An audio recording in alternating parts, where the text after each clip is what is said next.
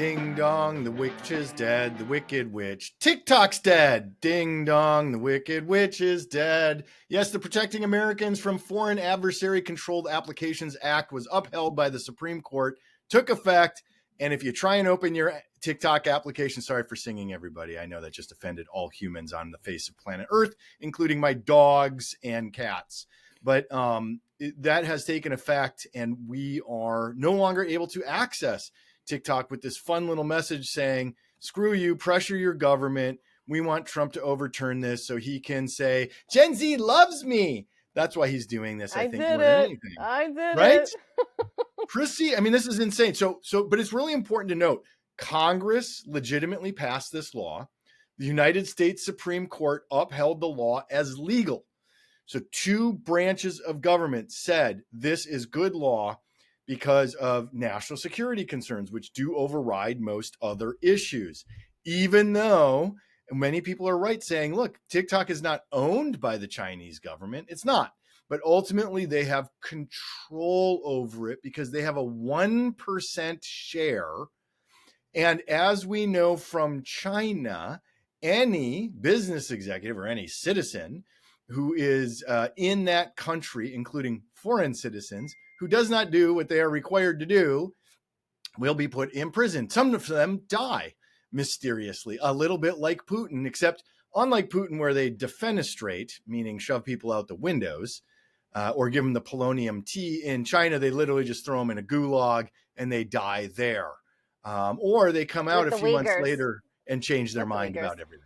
What's that, Christy say? I said they throw them in with the Uyghurs that they pretend don't exist on the other side. Don't kill me, China. I still want to come visit and see Beijing eventually someday. But also, what's interesting about that is if anyone's ever tried to visit China, you'll know it's one of the hardest places to visit. Even as a tourist, you have to go through all these hurdles, and it's usually with a tour group, and you have your phone is confiscated as far as in terms of you using your phone the way that you would do it if you just showed up in Italy or Rome and we're just like, hey, I'm gonna Instagram everything I see here. That's not how it works.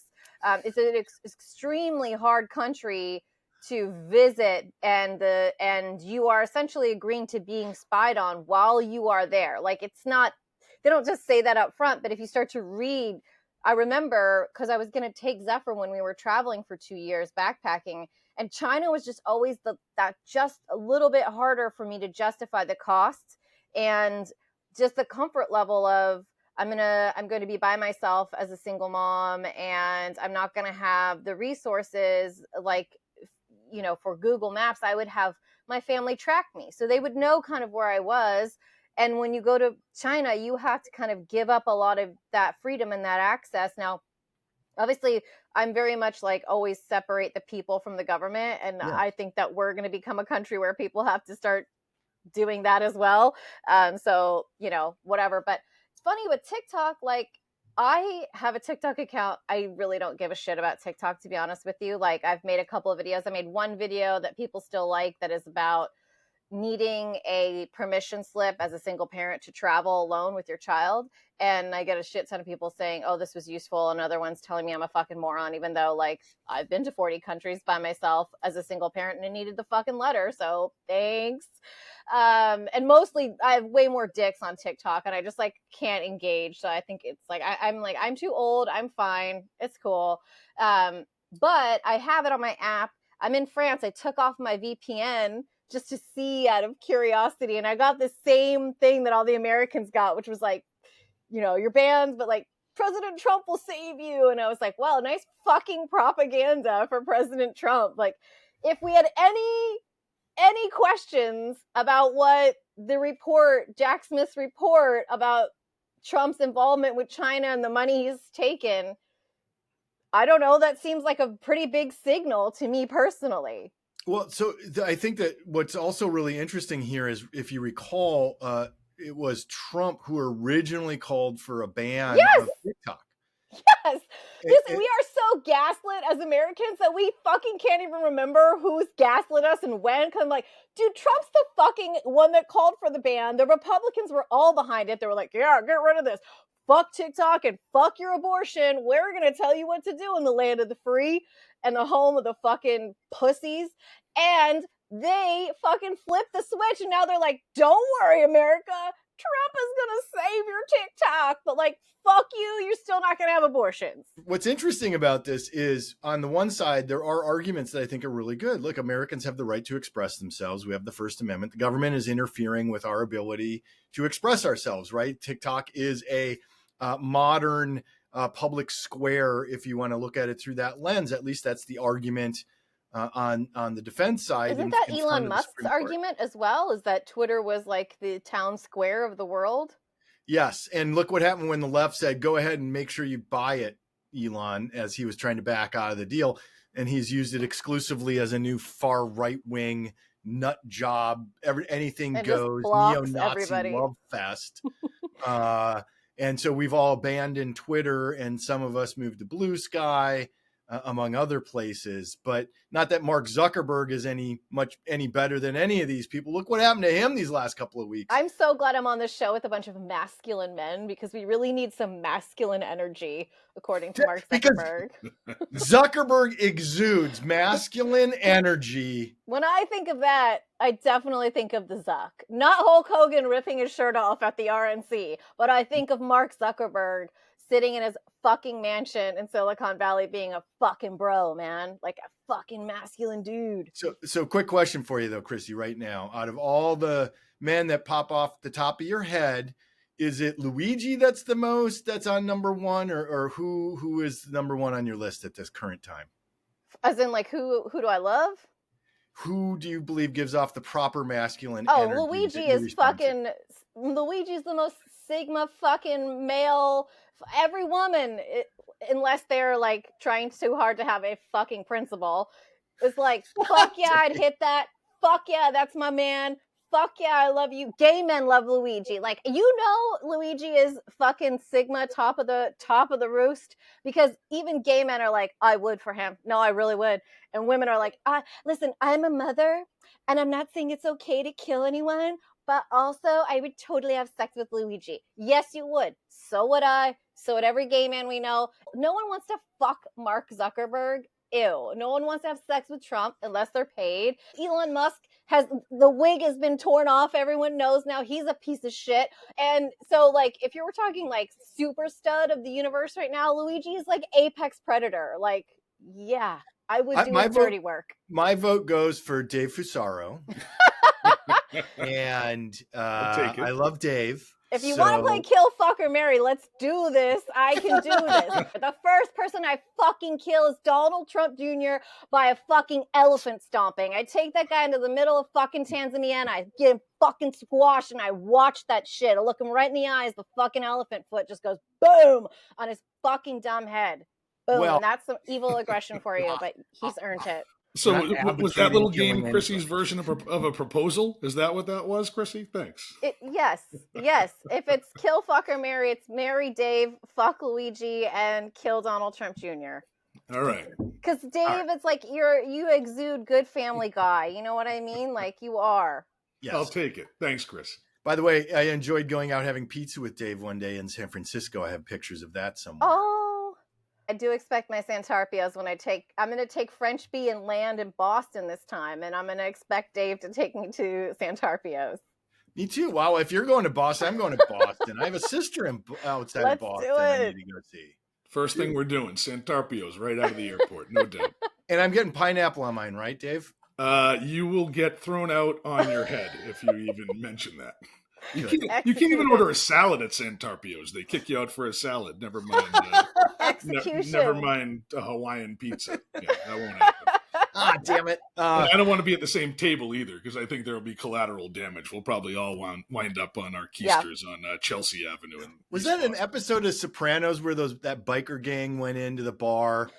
And they were disrespecting. That was a Bronx Tale, I believe. Now you can't leave. Yeah, it would now be something like that. We might actually get the lock-in if you ordered pineapple pizza. Hey! Oh, you again, huh? That wasn't very nice. Now he's got to leave. I'll tell you when the fuck we leave, all right? Get the fuck away from me. Go watch the bites, man.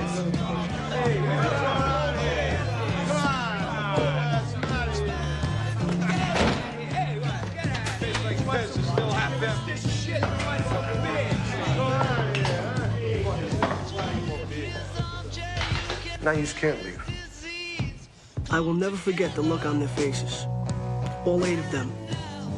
Their faces dropped. All their courage and strength was drained right from their bodies. They had a reputation for breaking up bars. But they knew that instant they made a fatal mistake. This time they walked into the wrong bar. Come on, motherfucker! Come on, you scrappy motherfucker! Come on!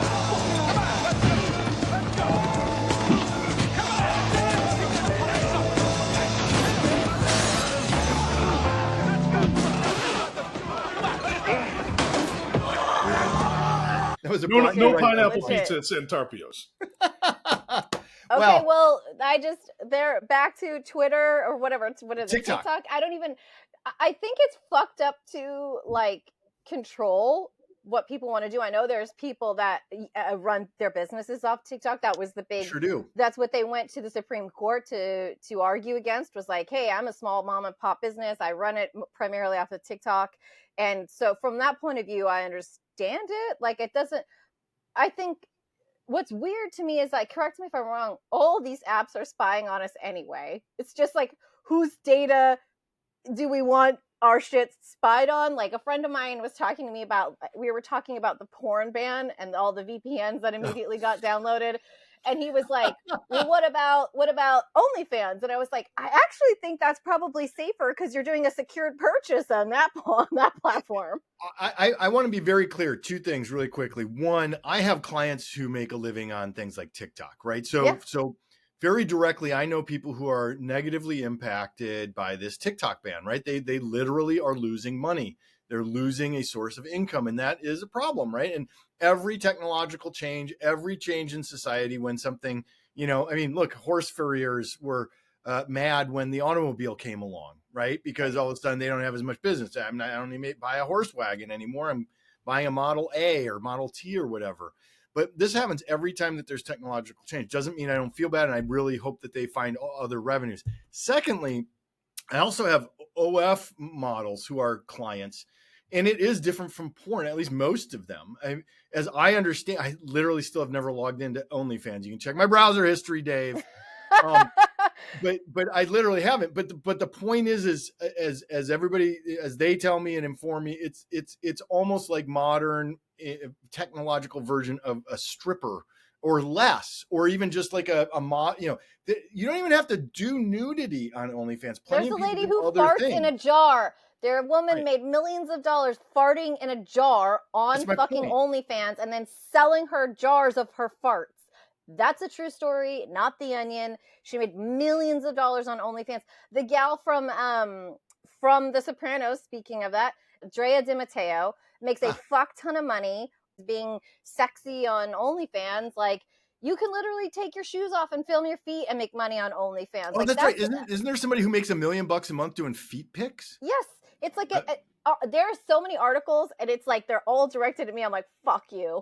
But they're like, you can be a mom. There's lots of guys that like to pay for like women over 40. I was like, fuck you. They're like, it's like these women's magazines that are like gaslighting you like they have been for decades. Like, some guys really like stretch marks and C-section scars. Don't ever think you can't make money. I'm like, okay, I won't think that, but I'm also not going to sell myself on OnlyFans. But thank you. My dog. But it's important. But you bring up a really important point, and actually, you're triggering all these recollections for me. Which is, I actually have another client who teaches people how to create essentially on OnlyFans and makes essentially a living. I mean, they're not making $1 million a month, but the point is they have subscribers who want to learn. And that's what because OF is such a friendly platform for creators. And that's what made TikTok so successful, was it was so friendly to creators. OF makes it very easy, as I understand it, and they're able to monetize easily and securely. And so that, TikTok, whether it comes back, whether it goes away forever, there's going to be another one. But I think there's a huge gap in what everybody is talking about with TikTok. 2002 is when I went to China with a client for then Governor Jesse Ventura's trade mission from the state of Minnesota to Shanghai, and they went elsewhere. I only went to Shanghai, June of 2002. And when I was there is when I learned this is a long time ago, but you couldn't do anything. You can't an American can't go to China and say, hey, I want to just start making stuff in China. It has to be a joint venture with a Chinese company. They have to have a majority stake, so it can be 50.1%. They by law, this is a long time ago now, and this is when I was immediately like, we've got a real serious problem with China coming up, and this is 20 some years ago. Because when you did this joint venture, you were required by law to hand over to your Chinese partner your intellectual property. Right. And so when Elon Musk, he at first, remember, resisted the Chinese government, and then suddenly he opened that factory in Shanghai. I was like, Elon Musk sold out to the Chinese government. And they now have his technology. And notice how the Chinese manufacturers are absolutely destroying every other EV manufacturer that they go up against in any market. They're destroying everybody. Tesla, BYD has absolutely destroyed everybody in the EV market, which is why the EU and America are becoming trade protectionist about it, because they steal the technology. They're able to use Uyghur labor, for example. Yep. And so they can underprice everybody. They did it with solar panels. I was an investor actually in one based in Massachusetts, Dave, called Evergreen Solar. They had really brilliant technology, new manufacturing processes, but the Chinese they stole the technology legally, right? And some of it illegally. They're engaged in industrial espionage at a level greater than any other country on earth against the United States, and has been for the last 25 plus years. But they took all of the solar manufacturing and then they dump, and it destroys the American manufacturing. So I'm not saying that we shouldn't be able to import Chinese or other foreign products, because I'm not a total trade protectionist. But when you have a global geopolitical foe that takes your intellectual property, essentially stealing your technology, then underprices and dumps in violation of World Trade Organization rules, allegedly, you got to do something about it. And worse, China is such a geopolitical foe. They're taking over the South China Sea, claiming sovereignty over things on the coast of the Philippines and Japan and South Korea, and they're destabilizing the entire region. And so there's a reason why the US government is starting to take a stronger line. It was the only thing out of Trump's entire first term that I ever said I agreed with him on. Everything else I disagreed with him on, was to take on China, because no other U.S. president had done so. Everybody was more like people I had been arguing with for many years, which is a rising tide lifts all boats. They'll eventually become a democracy and capitalist. Well, they became a communist, autocratic regime under Xi Jinping and the Chinese Communist Party, and they created a handful of controlled oligarchs. Right. But it's not the same thing that we believe in at all. And it's like, so the US government wasn't wrong to do this, and everybody going, oh, they're my Chinese handler is by Chinese. It's fun to joke about that. And it is funny. And I find a lot of humor in it, because I love humor. But we have a real serious issue happening in the world right now between the Russias, Irans, North Koreas, and Chinas. So that's my not quite as liberal as some might want take on that one. The focus should be on education, because the Americans are so uneducated now that teachers are saying that college students aren't even fourth grade literate. And if you're not fourth grade literate, then you're much easier to control. China and everybody else had figured out like how to control their population, their countries through oppression and suppression. We're pretending that we're not being controlled. Like, we're pretending. So there's two parts to that. The one thing that I really want to emphasize what you were talking about is the oligarchs, the billionaire class that supported Trump, for example. That part of the right wing wants to cut Social Security, Medicare. They want to get rid of the Affordable Care Act. And most of the people, not most, many people on the right don't understand that their health insurance, that their coverage is because of Obamacare, that they're able to go to the doctor because of Medicare or Medicaid, that when they retire, Social Security is not taking money from the federal budget. And so when they talk about cutting Social Security, it's because they don't want to raise the cap on the income that Social Security is subject to. All that you're doing when you're crying the Red Scare socialism thing, and I'm not a communist or even a socialist, but the point is these are basic programs for the American people to ensure that we don't live like a third world hellhole country that Trump talked about. So we don't have, like I just had this morning, I grew up in the suburbs of Minnesota. One of the girls I knew when she was young, when we were young, nice, she was nice, right? A good kid, grew up well. Mom is a total MAGA right-wing, sends me a picture of Minneapolis now with like homeless people. And I'm like, yeah, it's an absolute tragedy that we live in the one that's happening, but that we live in the wealthiest country in the history of the world.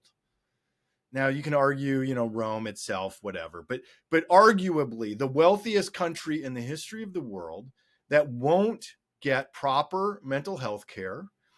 There's a sizable percentage of homeless people that need addiction care, that need mental health care, that need whatever it is. They need intensive care and therapy, and we won't provide minimum housing. I'm not advocating for that everybody has a mansion, but a simple unit that does not cost $500,000 a piece, dear Los Angeles. Yeah. They don't cost that, but these minimum things that we don't do, and then we bitch and complain about it so we can cut the taxes of the 1% is bullshit. And you're being fed and you're buying into it. And I'm not saying you individually, but as a generality, too many Americans and too many people in Western Europe and other countries buy into this crap. And it's just, it's up to us. And social media sure hasn't helped. I want to make one last comment, Chrissy, though, before I see Dave wants to jump in. I teach a class at Loyola Law School here in Los Angeles, and the kids are friggin' brilliant. So I can say that my students, at least, which I know is not a sample size of the general population, they had to get into law school. Yes. My class had to get through the first year of law school. Great people who are going to become great contributing members of our society as long as we can keep them away from becoming evil overlord oligarchs. When teachers themselves are saying, in the public school system, we've been forced to pass kids through in order to receive the funding, and then we don't have any resources for them, and we shove 35 of them into one class, and we let them have their phones and whatever, that by the time they matriculate, because you got to get rid of them, there's no, that's a very easy way to start controlling people. And it's the same sort of predatory control that happens with social media and red pilling guys trying to find disenfranchised young men and bring them into the fold. Well, if you're not that smart and you don't do critical thinking, bringing disenfranchised young men is pretty easy, because if you don't critically think because you've not been taught that, you're easy targets. That's exactly what the oligarchs and the ruling class want, though. They want you just smart enough to be able to work and be scared as shit, as George Carlin once said about becoming the lower class, and then the middle class does all the work and pays all the taxes. That's but right. They don't want us to be, on the whole, smart enough to critically think and find a way to take away their power and all their effing money. Now, to balance the scale, I'd like to talk about some things that bring us together. Things that point out our similarities instead of our differences. Because that's all you ever hear about in this country is our differences. That's all the media and the politicians are ever talking about, the things that separate us, things that make us different from one another. That's the way the ruling class operates in any society. They try to divide the rest of the people. They keep the lower and the middle classes fighting with each other so that they, the rich, can run off with all the fucking money. Fairly simple thing, happens to work. You know, anything different, that's what they're going to talk about. Race, religion, ethnic and national background, jobs, income, education, social status, sexuality, anything they can do, keep us fighting with each other so that they can keep going to the bank. You know how I describe the economic and social classes in this country? The upper class keeps all of the money, pays none of the taxes. The middle class pays all of the taxes, does all of the work. The poor are there just to scare the shit out of the middle class. Keep them showing up at those jobs.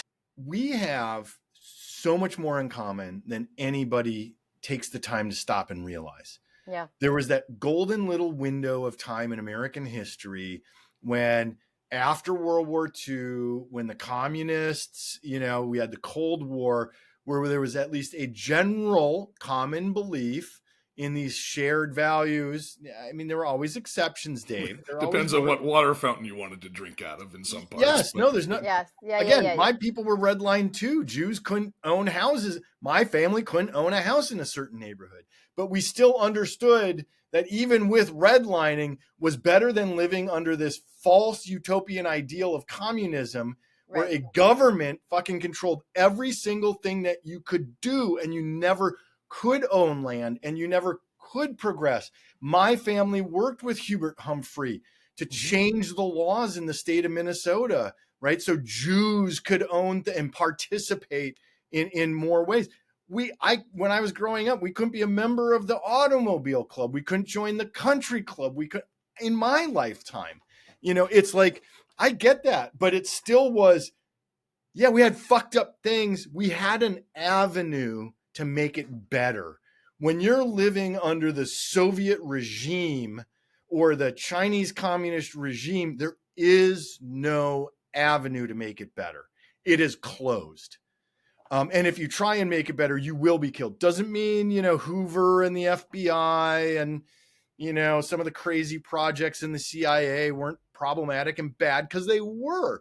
There were neighborhoods in Minneapolis that were experimented on because it was poor black neighborhoods. Right. There's no question that our government did some really, really shitty things, but we had a path to make it better, and we have made it better. And for us to be taking giant steps backwards is what's so concerning to see. However, I want to go back to the algorithms for a second. My wife and I have talked about this one, Chrissy. Do you remember when Twitter and Instagram used to just give you stuff in time date order? Yes. Yeah. And that was great. Yeah. Because now it was you get shit that's like 3 days older. Like, what the fuck were you waiting? 3 months? I'm getting shit from the election. Yeah. I'm like, when the fuck did this come out? Or people ask me, oh, are you in such and such place? I'm like last year? What the fuck are you talking about? Like, oh no, I just saw your post. I'm like, what? But this is the heart of the problem with social media, is we went from a simple chronological feed that most of us had. Facebook had that at one point too. It was a chronological feed of your friends. And then they all decided, hey, we're going to make this more addictive. We're going to maximize the addictive quality, which allows us to manipulate. And so what TikTok did, and I personally experienced this, and I'm trying to remember the actual anecdote. There was something that happened in the world, and I was like, they're tweaking the algorithm to show me pro-CCP, anti-American, anti-Western. They tweaked the algorithm, so I was seeing it through the lens they wanted me to see it. Now, I'm critically thinking enough and educated enough. I saw it happening in real time. But to your point about red pilling, Chris, that's how red pilling works. Yeah. But that's also why TikTok was such a target here, is we had incidents where it's like, I see the tweak that's happening here. All the pro-Chinese, why China's better, why, it's like that happened a lot in my feed. I promise you that 75, if not 95% of the Gen Z generation on TikTok and even older millennials couldn't have pinpointed Gaza on a map prior to. They still can't. The situation. Now, I don't want to get into it necessarily unless you want to go there, but all I know is that one thing, and I do think the Democrats really dropped the fucking ball because they can't even coalesce to come up with something that is intelligent. But like, if you want to just see one influence of TikTok, it is the Israel-Gaza conflict on TikTok through the lens of Elon Musk and Putin, and because like when and then the flipping of people's minds about Ukraine when that first happened, everybody was like, fuck that, go Ukraine, here's our support, right? Now people are questioning like, oh, do we really need to help Ukraine? Like, yes, 100%. The whole thing came through TikTok. Like it really did, because everybody of Gen X generation was like, well, what the fuck are you talking about? Hang on, I don't think you guys paid attention to history in high school, like both these two territories are newer. Did you not know World War II history? Are you unfamiliar with the history of the world? Like, you don't even know where Gaza is. You couldn't find Israel on a map if I asked you in this moment. And now all of a sudden you're a fucking expert, and there's no fact checking. There's no like this person came on and said they're doing X, Y, and Z. It's like, okay, well, where's your facts? Like, nobody cared. And that's America's right. America's footnote from how you got Trump is Gaza and Israel, because and through the machinations of China and Putin on TikTok, using that. And I'm not taking a side in that. I'm just saying that is what you couldn't even get the Democrats to come together and be liberal and say, like, everybody should be free, so let's not vote in Trump because that guy is not going to help the situation at all. You know what I mean? Like, yet I think what's odd about that, there's an interesting argument about the madman theory, or the madman doctrine, which is Trump qualifies as a madman. He says outrageous and unpredictable things.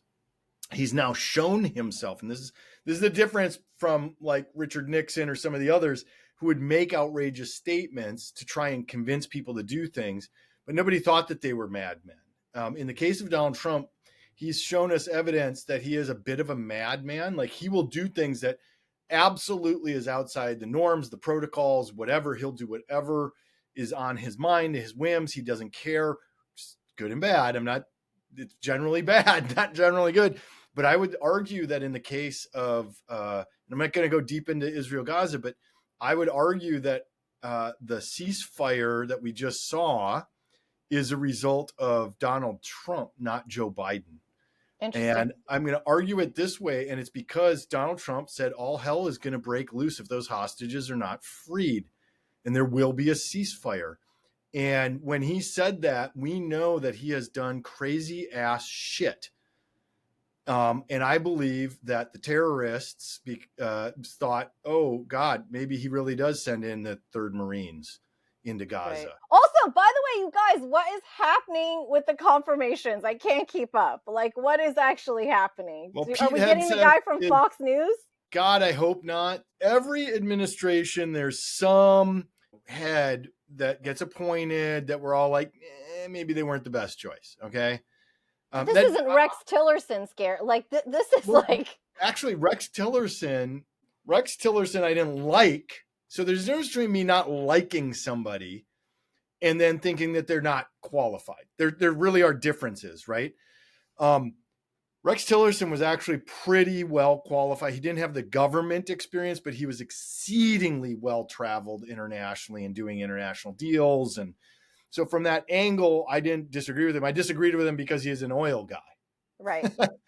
And had no government experience. But then he turned around and was like, Trump's a fucking idiot anyway. Like, he turned, yeah. You see what Trump is trying to do right now. He's, so we may have had people that we disagreed with politically or policy-wise who are at least capable people who are also rational enough to say Trump is effing crazy in the last administration and stand up to him. And now we have Trump appointing incapable sycophants who are not going to stand up to him and are going to let him run off whatever rails. Worse, not even run. They're going to enable it, right? So he's going to tell me, so this was part of the Pete Hegseth confirmation. If he gives you an unlawful order, will you follow it? This was a key point. The problem is, and so I took the oath, right, with the military. You are the issue for the troops is very simple. When, at what point, so you're required, you're breaking the UCMJ if you don't follow an order, right? And you're not supposed to follow an unlawful order. So I have an entire chain of command above me, including Pete Hegseth, and the person above him would be Donald Trump if Pete Hegseth is confirmed. And who am I as a troop in a situation to think to myself, good golly, the entire chain of command thought this was a legal order, a lawful order. Now I'm going to be the one who stands up and says this is unlawful? That is absolutely preposterous to think that troops or even low-level officers are going to stand up against unlawful orders. Exceedingly rare. It's a few good men stuff, right? Did you order the code red? And then we were just following orders. It's not an excuse. But to have somebody down that far down the chain of command have to evaluate that like an attorney or a constitutional scholar. Not in a position to do it. It's 1 in a million that would actually have the mental facility, the wherewithal, and the gigantic brass balls to stand up and say, this is unlawful. So I need to have a Secretary of Defense who is not a sycophant. And the DOD is such a gigantic, unbelievable bureaucracy and organization with Hexus back. He is utterly 100% unqualified to be the Secretary of Defense. It's dangerous. We have a world that is, according to some, is already in World War III, if not on the brink of it, with Russia, with China, with Iran, with North Korea. Iran's been neutered by Israel for the most part, but still is out there trying to do their thing. But we have so much happening geopolitically. To have somebody like a Pete Hegseth at the top of the Department of Defense is unpatriotic, un-American, disgraceful, and dangerous to the whole world. And I say this to every Republican who's supporting him right now. But isn't that the point, right? Like what happened with the whole architecture of this campaign was, well, he lost last time because he had people that defied him. He had people that were like, I don't think that's a good idea, sir. Or like people who are snitching on Melania, being like, she was a fucking bitch. She didn't even give a shit about the Christmas trees. Like, she fucking hated being first lady. Like, there were snitches in the mix, right? And if you're a mob boss, you fucking clean out the snitches and you make it worse, right? So then you just have your sycophants around you. So everybody that he deemed was going to be so great, now what I think this is like the biggest failure of the Democrats to allow this to occur, because we knew this was going to be his plan. We knew that he was putting in people in positions where then there wasn't going to be another Kemp to say, excuse me, sir, you can't just fucking find votes, dumbass. Like I'm like, there's no Mike Pence to be like, excuse me, sir, I'm not going to fucking do this anymore. Nobody is going to do that. The fucking wheels are off. The only person I feel like a modicum of like pity for, but in a really sick way, is Matt Gaetz, because he's been totally fucked over and he was the sycophant from the beginning and now he's got nothing. But do you know what I'm saying? Like, let's just put it in the context of Trump's sycophants. He was number one. He was like, he was number one looking out for his own ass. But now he's fucked. He's not even anywhere. He's nowhere. I also think that was actually kind of an old school move by Trump, that he was going to be the sacrificial lamb to get all his other people in. Right? Total mob boss, man. He knew that Matt Gaetz was a pedophile and that they had been investigating him for years. He knew that stuff was going to come out and be leaked in one way or another. So put him up first, and he's the first one in the news and whatever else, and then, get him to resign Congress also, and then he's going to be completely out on his ass. But then all his other guys, the Pete Hegseth of the world and everyone else, will wind up sailing right through, because the Democrats got their pound of red meat there in Matt Gaetz. That's right. And now everyone else all his other sycophants are going to get in. This is the problem. And George Carlin is essentially a hero on this topic, where this is the problem, is the Democrats, and I've been saying this forever, they absolutely, because remember, we have oligarchs at the top of the Democratic Party too. Oh, 100%. And so, it's billionaire class there. And it's like, so if you think the Democrats are going to save you. The Democrats were really willing to have Elon Musk be their liberal oligarch when they thought he was on their fucking team. And I got ostracized for it because I kept pointing out, this guy doesn't give a shit. He doesn't care. It's an act. He's doing this to get your money, you idiots. Correct. And they're doing it to get his money, though, also, right? Right. And get his campaign donations. Right. The answer to all your questions is money. That's right. Money. Follow the money. And it's but the Democrats' strategy is like they bring their compostable fork to the knife fight, and they're like, "That's compostable," and here it is, it's compostable. And the Republicans bring guns. And the Republicans are like, "Bam." Or like, I'll fucking shiv you. Enjoy it. Like, there's zero fucks. Like, stop bringing a goddamn spork to a knife fight. Like, show some fucking balls. I can't take it. I can't take the Democrats. As much as it's Carlin, it's also Spaceballs, to your point, Chrissy. It's fucking Spaceballs. Now you see that evil will always triumph because good is dumb. Good is dumb. Like, literally, Spaceballs. Thank you, Dave. Thank you. The other one is Idiocracy. Brondo. It's got electrolytes. We have Macho Camacho in the White House now, which is fucking awesome. We have the literal lady from the WWE running the Department of Education. Fucking poetic. McMahon running education. It's like actually, if you told Mike Judge that when he wrote Idiocracy, I don't think he would have believed you. I think he would have been like, okay, well, I'm just like trying to make a point here, you guys. Do you remember who the Secretary of Education was in Idiocracy? It was the guy with the eyeball. He was so dumb. Brought to you by Taco Bell.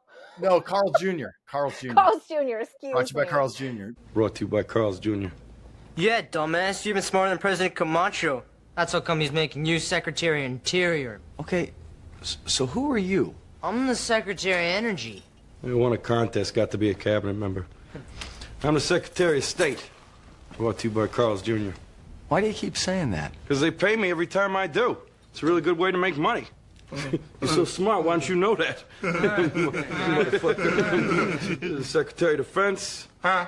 And, Funbags over there is the Attorney General. And that's Secretary of Education. It's kind of stupid, but President Camacho's stepbrother still does a pretty good job, eh? That movie was not supposed to be a documentary. It was so funny because I have a friend who was in politics, and she watched it, and she's just like, I don't know if I thought that movie was funny. I'm like, well, it's funny but if you don't understand that it's also like a vision of the future, like, it was hilarious until 2015, and when Trump came down that golden escalator, I started playing Idiocracy stuff because I'm like, what the fuck? How did this movie become reality? It was never supposed to be. It was satire. My friend has always called Trump's like aesthetic Saddam's palace. Like, she's always been like, his golden toilets and everything is like Saddam's palace. It was like the truest statement ever. She's like, oh, wow. no, I'm dying. It's so true that it's like, every time I see him, I just think of him in like his Saddam's palace aesthetic with his golden toilets, and I just like, I can't take him seriously though. Like, we absolutely should take him seriously. I'm laughing so hard. He's such a fucking idiot. But like, she was right on the money, and we just kind of like biffed because we so didn't take him seriously. And now we literally have Saddam's palace in the White House, and it is a genuine threat. Like, it is. Oh, no, it's very serious. It's very, very serious. The idea of democracy is being weakened, and it has been weakened in his first term. That's why a lot of us, this again, the second, for me at least, the second Joe Biden it became obvious he wasn't my first choice in the 2020 election, but the second it became obvious he was going to win the nomination, I put everything I could behind him because there is a lot to be said for the post-World War II order, essentially, of how we do things and how we did things. And this idea that just pure chaos is the route forward only emboldens those who want to see us fail. And that's the problem. I'm all for us looking at things like, hey, did the way we approached COVID, was that the right approach? We need to do that. We need to go, is that right? Well, at no time before COVID did we ever say shut everything down was part of our plan. That was our knee-jerk reaction to China. Right. And I don't know that I don't necessarily agree that that was the right move either. But you got to do these things in an orderly fashion, with thought, with consideration, with facts and data. And the Trump way is to burn it to the ground Dave, we're going to put up on the screen, I think, the list of everything that Trump promised. Remember, we were going to have inflation was going to be non-existent. Price of eggs were going to become affordable. No joke, just before the election, and nobody covered this because mainstream media wanted fucking Trump too, fuckers. Yep. At one of his rallies, literally said, money will be raining down on you. He said that. All right. On fucking Tuesday, I want money to be raining down on me because that's what you fucking promised. I want a list of his goddamn promises, and every week you'll never have to vote again. That's your promise. You'll never have to vote again. Right? Yeah. And how easily that stuff works on, man, if anybody's ready to hear something like that, it's the evangelicals that he said that they'd never have to vote again.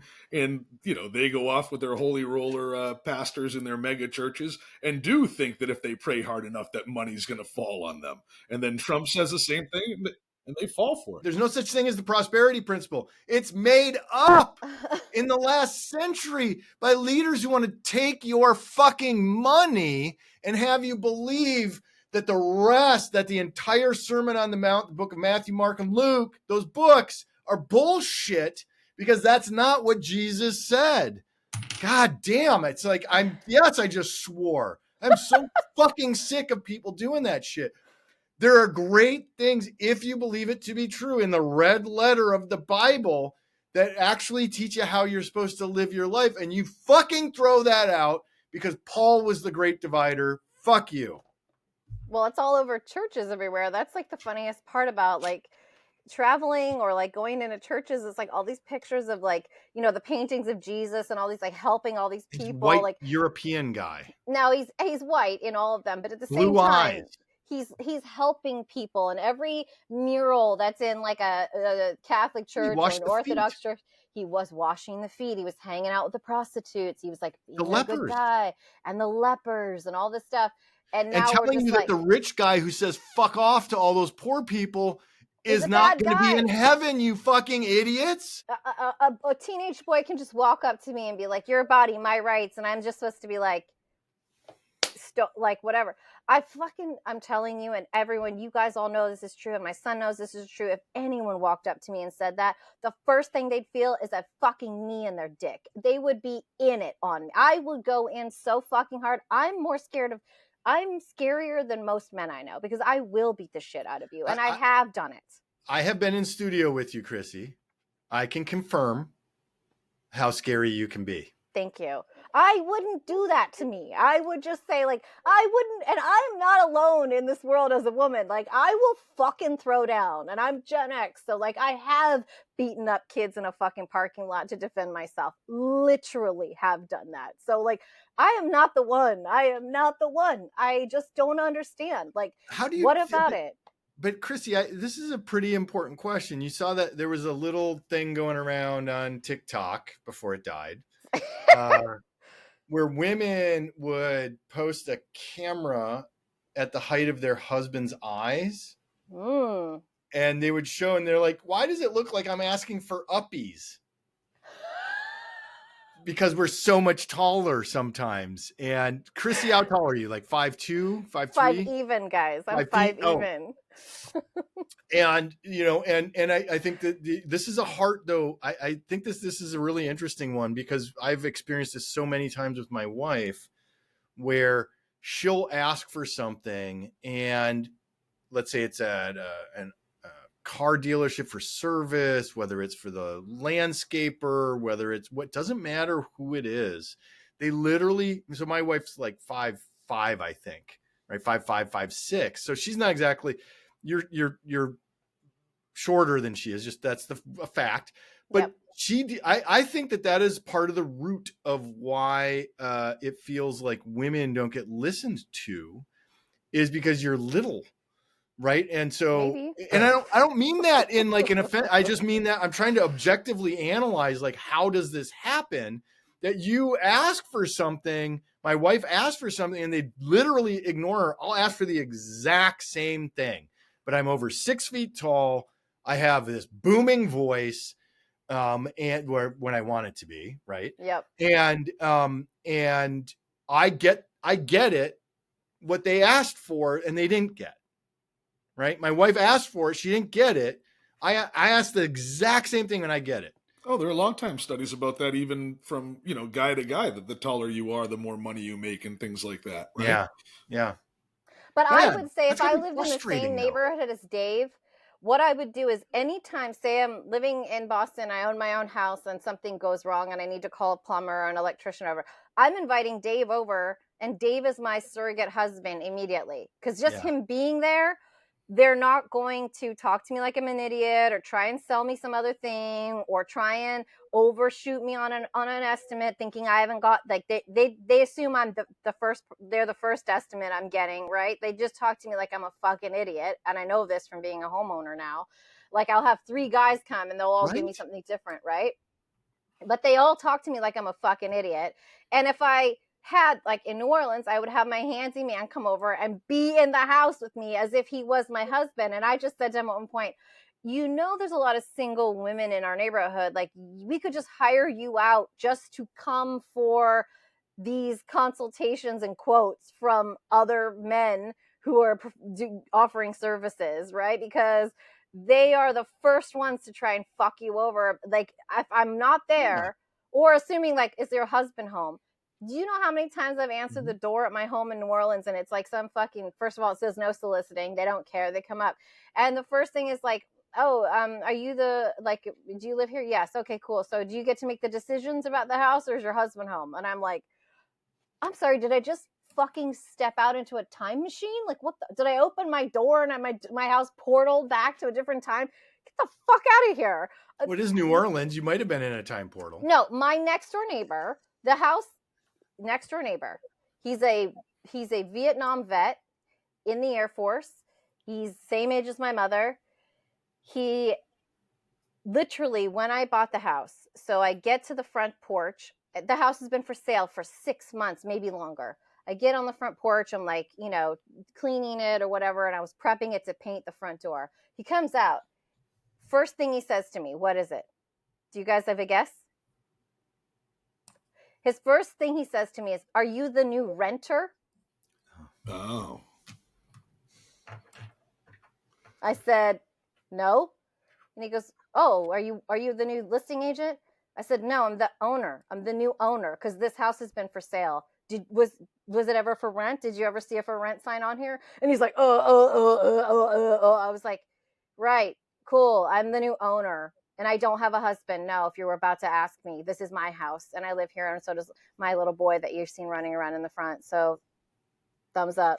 Like, that was the first interaction I had with my neighbor. Like, are you fucking kidding me?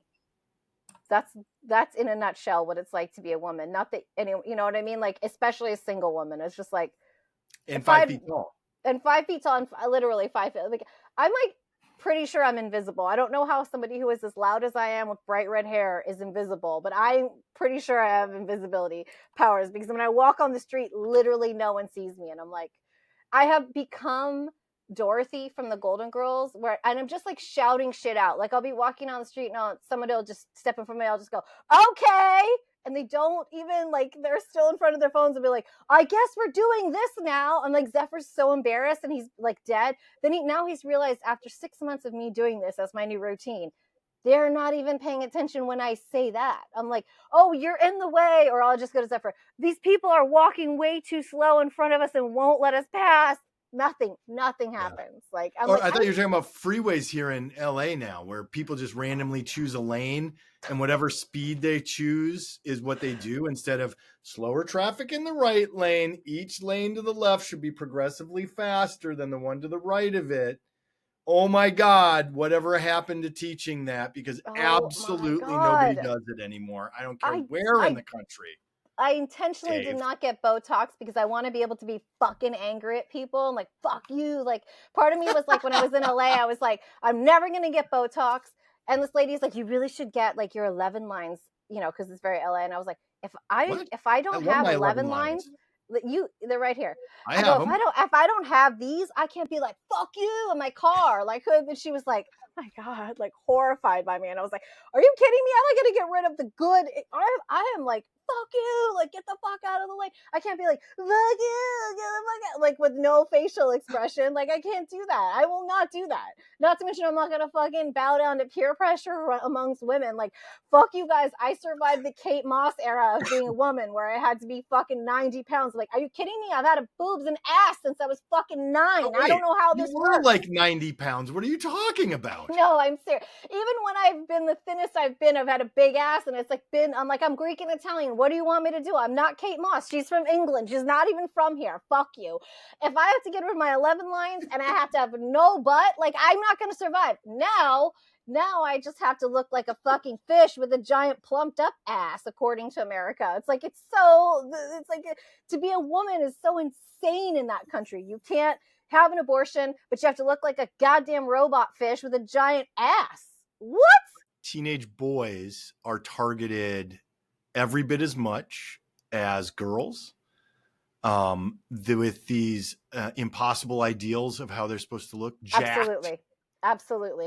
That's part of the red pilling that happens with teenage boys. It's an impossible physical standard that happens to boys now too. It's not just girls. No, and the new thing Zephyr told me is that Brad Pitt's body in Fight Club, which all of us have seen, we were all like, holy shit, Brad Pitt. Which is an impossible body to maintain. That's right. Just for filming only. That's not good enough anymore. Yeah. That's not good enough. And I was like, that's an impossible standard. You're 16 years old, first of all. Like your fucking frontal lobe and cork, this thing hasn't even fully formed yet. I don't even know where you are with your ball dropping situation, but like like I mean, how can that pressure be on you? Do you know what I mean? I was like, I was willing to make out with absolute fucking nerds in high school. You don't need to look like a fucking rizzed out Sigma male dickhead.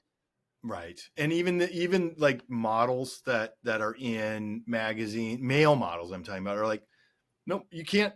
I got that way. It was 4 weeks of the most awful thing in the world to look the way I did for that photo shoot for Men's Health, for example. Ridiculous. And then this is what I look like normally. There's lots of that, but to your point, and to what I'm talking about both is, and this goes back to the heart of the whole, what I see as one of the key problems with social media, that they have algorithms instead of just that chronological feed. Yes. Is they target this with, and it causes such mental health problems. The data is overwhelming how harmful social media is to our kids, let alone adults. Look, you're an adult. You're on your own. Sorry, folks. In terms of choices that you make for yourself, you're allowed to do that in a free society. Kids are not capable of making these decisions. And so when they're on social media, and every goddamn social media platform had the ability and chose never to enforce it because they wanted to increase their user account for shareholder value. Yep. Every kid lied about how old they were, and the social media platforms didn't care. So you had young children getting fed this bullshit, whether it's the Kardashian, whether it's the what's her name, Moss. It doesn't matter. Impossible body standards that don't exist is what you're being fed, and that everything is perfect and wonderful, and you're not happy unless you have this, is so damaging to a developing child's brain, psyche, and soul. That is the conversation. So this is where I become in line. I'm not saying I'm all Tipper Gore here with that bullshit. Kids swear words, but the point is social media limiting that for kids is absolutely in the interest not only of our society, but it's also the right of our government, because kids are not 18. And whenever I hear some idiot go, kids should be able to vote too. No, they shouldn't. Their brain fucking, adults have all their problems, but a 16-year-old voting, fuck no. No, but I agree. But I also think parenting, as my dad and I always say, it's a verb and a noun. It's something that you are and something you have to be and do. Yeah, that's right. And the problem is, and I don't want to have a dig at like parents in general, but like I'm an asshole parent because I don't let my kid have social media. Like I'm a dick. Yeah, and now I'm hearing from so many of my friends, like anecdotally that their boys are struggling, and I'm like, okay, but you let them have the phone and you let them be on social media. And I didn't let my son have video games. I was a fucking asshole. I don't let him have social media. I'm an asshole. And it is fucking hard, by the way. It is so unbelievably hard. And then they go over to a friend's house who has it, and they come home, and you literally can tell the difference. Isn't it interesting as we head into Inauguration Day coming up, that the first thing that Trump is going to do is allow one of the biggest social media platforms to continue to be run by China, and also has his other social media buddies right there next to him as he's getting inaugurated as well. Tech oligarchs are every bit as bad, if not worse in some ways, than other oligarchs. But oligarchies are bad. Let's stop oligopolies and comrades. I will talk to, I have to talk to you in a week. I don't know how it's going to be. Will we even be able to speak freely on this platform? I don't know. No, it's going to be a hell of a week. If I'm here, I look forward to it. How about that? If we're allowed.